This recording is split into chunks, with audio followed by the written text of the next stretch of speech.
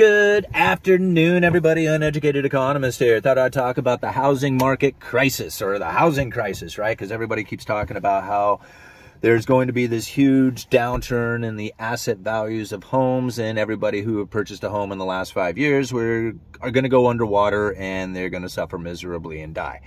At least that's what I hear from a lot of people out there, and I just have to laugh every time I hear this stuff, because never do I ever hear them back this up with any kind of real evidence of what it is that they are looking at that gives them this belief that they're going to have, that we are all going to experience this housing market crash. Now, I'm not trying to deny that there's going to be a downturn in the housing market. I mean, it's pretty obvious that's taken place, but I'm still questioning whether or not we are going to actually see a crash of the system. Like, something comparable to, say, the 2008 financial crisis or something like that. Now, I don't see it happening. There was a lot of situations that were taking place back in the great financial crisis that we are just not experiencing today. And, mainly a lot of that has to do with the way that home loans were being written back then. There was a lot of toxic assets that were being created back during or prior to the financial crisis that led into a subprime mortgage crisis. Now, that situation isn't taking place. The loans that are going out are to people who are qualified borrowers. Back in the day, you didn't even have to prove you had income or anything else like that. It was just a terrible situation as far as the qualifications to get a home loan. So that's not happening now. The home loans that are being written today are higher quality loans, is all I can say about that. Now, the other thing that's going to be coming would be coming from a huge wave of foreclosures taking place. And a lot of people thought that there was going to be a wave of foreclosures coming from the ending of the forbearance. But we saw most of the forbearance has come to an end now, and those who didn't refinance their homes simply sold them. Like, the prices of homes have gone up so much that even if they didn't make their payments during the forbearance and then couldn't reestablish payments or couldn't refinance it, they just sold their home and ended up probably walking out with money too. So there was no wave of foreclosures coming from that particular direction. So we didn't see an inventory build from people losing out on foreclosures because of their, bad toxic assets that have been created with their, ninja loans and stuff like that. So we didn't see the wave of foreclosures coming from that point of view.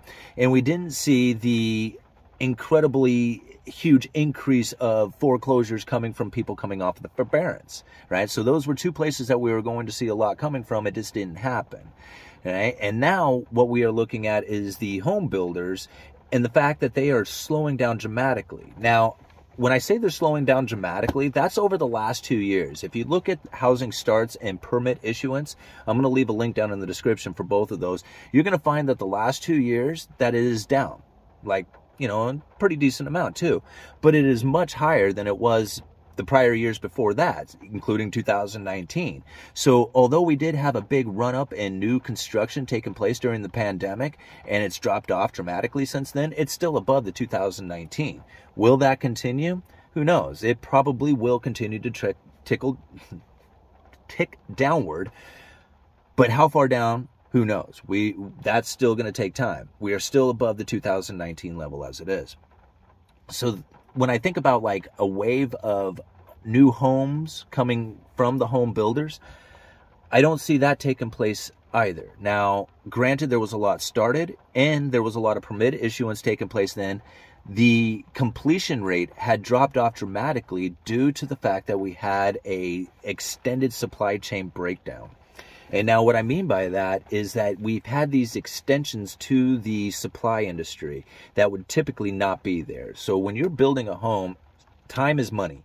If you can build that home fast, then that's going to save you a lot of money. The longer it takes to build that home, the more it costs. So we have to think about the home builders at this point, because it's expensive to build a home, and whether or not they are actually going to be able to get the price for that home that they are expecting when they start. And that's the concern coming from the home builders right now, because if you think about it, you're a home builder, you have this idea on how much you can sell a house for right now, but by the time you complete it in 6 months to a year from now, the prices of homes may drop. You could lose all your profit inside of this home, because by the time you get there, it's not what you thought you were going to be able to sell it for. You see where I'm kind of getting at? So this makes builders very nervous. Now, the only way that you can make that up is if you could lower the input costs going into building that house. Now, this is really where I think the builders are going to start getting an advantage, because for the last 2 years, we've had this horrible supply chain breakdown, which made it very difficult to source out this material to build a home. For example, I was using vinyl windows for the indicator, right? So these vinyl windows, typically I would be able to order a window in 10 days, right? So I'd order a window, 10 days later, I'd have that window here for you. Well, during the pandemic and the breakdown of the supply chain, it would take over 2 months, 2.5 months to get a vinyl window from the time I ordered it. Now, not a big deal if you plan ahead, but if you are a builder who is normal, functioning normally, right, as you go into the pandemic, not realizing that we're having the supply chain breakdown, and you get to the point where you're like typically ordering windows, you're rolling trusses out and you're getting ready to do the roof, you order your windows, you find out that those windows aren't coming for another 2 months. You just postponed your project for 2 months. That's a lot of money. That is a lot of money to postpone a project for 2 months. Even worse, something happens where you had a change to the project and you can't use those windows. Boom, you just extended it 2 months. Windows break, something gets stolen, whatever. You just extended that project 2 months. If you do not have those windows in place, you can't side, you can't do interior work. It pretty much stops the project. And you can relate it a lot to the automotive industry when the chip shortage kicked in and they couldn't complete these cars. Same thing with the home. If you don't have those vinyl windows, or at least the windows to install, then you can't continue on with the project. So this was a major issue that I saw taking place within the new construction market, especially in my area, is that these vinyl windows became incredibly difficult to source out. And that was just one component of a lot of different parts and pieces when it comes to building a home. So now I just ordered a window the other day, right? And I can't remember if I told you at the beginning of the video, but I do building supplies for a living, so just to make you aware of that. But I ordered a window the other day, yesterday even. I got the confirmation for it this morning. 20 days.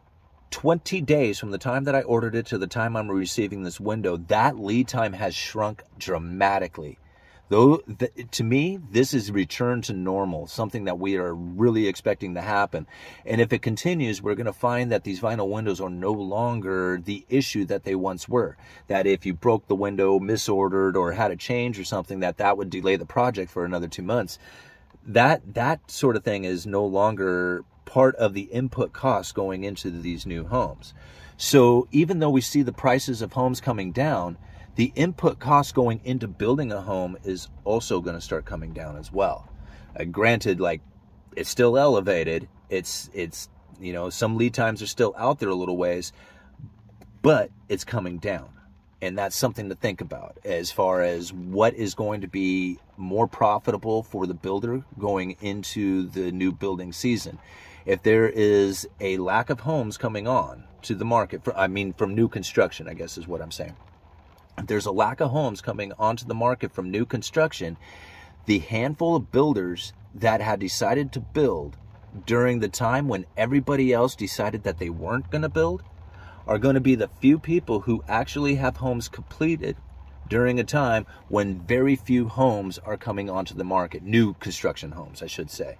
So there's going to be a kind of a prime opportunity right in there for builders, so long as the prices don't crash, because if they do crash, then they're going to be stuck with this house that they built for expensive. But as far as I can tell, the house prices aren't crashing. I mean, there is a correction, and certainly some major corrections taking place in certain parts of the country, but it's not the same story across the board. There is still a high demand for homes, that people are still taking out mortgages. It's not a lot, granted. There's I would definitely say, from what I'm reading in the mortgage market, that there is definitely some pain being felt there with the mortgage lenders and getting new mortgages issued out there for people, because, nobody really wants to buy a house right now and nobody really wants to refinance their house. So writing mortgages right now is very difficult for these mortgage lenders. But we're seeing the mortgage rates peaking out. Like, they don't seem to go up any higher. We get this news that the Federal Reserve is going to be lifting interest rates. But then the price, the mortgage rates move up, but then they just kind of tick back down again. And I'm assuming that's because there's really not a lot of people out there providing the mortgage lenders out there with a signature to create these loans. And if you don't have these loans, then you're not creating mortgage-backed securities. And if you're not creating mortgage-backed securities, then the pool of mortgage-backed securities out there for investors to buy begins to shrink. And it's a supply and demand thing. So here you have the investors, here you have the available mortgage-backed securities. And if there's less mortgage-backed securities coming onto the market, then that it starts, attracting the investors', attention as the mortgage-backed securities. When the interest rates go up, the price goes down. And when the price goes down, the investors look at that, say, hey, that's a pretty good deal. I could use some of that fixed return, that fixed income return off of those mortgage-backed securities. And considering that most people make their house payment and it's not full of toxic assets, well, then that gives a lot of support to the mortgage market. And that's probably one of the reasons why we're not seeing those mortgage rates ticking up to the 15% like a lot of people were anticipating was going to happen once the Federal Reserve started to lift interest rates. So I don't know, I think about what the Federal Reserve has just done, and to me, it's a lot of credible threats. Something that they said that they were going to stop doing, but then they started doing it, right? They said that they were no longer going to use their forward guidance to condition the markets to behave in a way that they would not be shocked by the Fed's move. But then the Federal Reserve says, well, we're no longer going to use this forward guidance. We're going to end the forward guidance scheme. But then they come out and they say, how they're going to lift interest rates by 0.5 percentage point, and the whole market just loves this idea, saying, hey, the Federal Reserve pivot. Well, the Fed didn't pivot. They just went from lifting interest rates 0.75 of a point to lifting it 0.5 point. A pivot would mean that they have reversed and they are now dropping interest rates, or at least stalled out. But that's not the case. They're still in a restrictive monetary policy, and it's going to continue to go into a restrictive monetary policy. So as for the Federal Reserve and the lifting of interest rates, that's going to continue going forward. There is no pivot happening here.